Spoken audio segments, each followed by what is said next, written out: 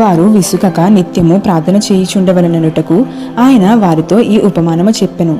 లూకా 18:1.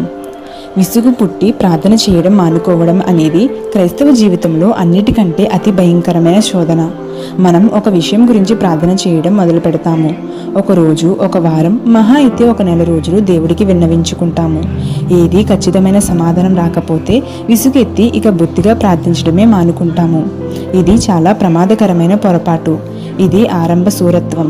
కనిపించిన ప్రతి పని మొదలుపెట్టి ఏదీ పూర్తి చేయలేని పరిస్థితి. ఇది జీవితం నాశనం కావడానికి హేతువు. కార్యాన్ని మొదలుపెట్టి పూర్తి చేయకుండా వదిలేసే పద్ధతిని అలవాటు చేసుకున్న వ్యక్తి పరాజయాలను అలవాటు చేసుకుంటున్నాడన్నమాట.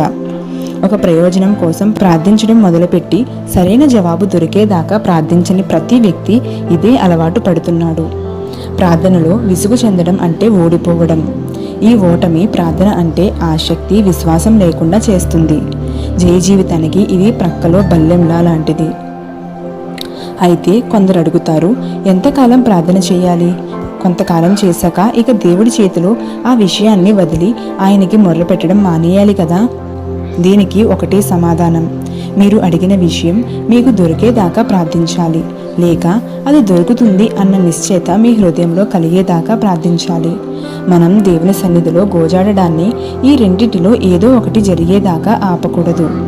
ఎందుకంటే ప్రార్థన అంటే కేవలం దేవుణ్ణి అడగడం మాత్రమే కాదు, అది సైతానుతో పోరాటం కూడా. ఎందుకంటే ఈ పోరాటంలో దేవుడు మన ప్రార్థనను సైతానికి వ్యతిరేకమైన ఆయుధంగా వాడుతున్నాడు. కాబట్టి ఎప్పుడు ప్రార్థన చేయడం ఆపాలో నిర్ణయించవలసింది దేవుడే. మనకి ఆ హక్కు లేదు. జవాబు వచ్చేదాకా, జవాబు వస్తుందన్న నిశ్చయిత కలిగేదాకా మన ప్రార్థనను ఆపే అధికారం మనది కాదు. మొదటి సందర్భంలో అయితే సమాధానం మన కంటికి కనిపించింది కనుక ప్రార్థించడం మానేస్తాము. రెండో సందర్భంలో అయితే సమాధానం వస్తుందని నమ్ముతాము కనుక మానేస్తాము. ఎందుకంటే మన హృదయంలోని నమ్మకం మన కంటికి కనిపించే దృశ్యాల వంటిది. ఎందుకంటే ఈ నమ్మకం దేవుని నుండి, దేవుని వలన కలిగిన నమ్మకం.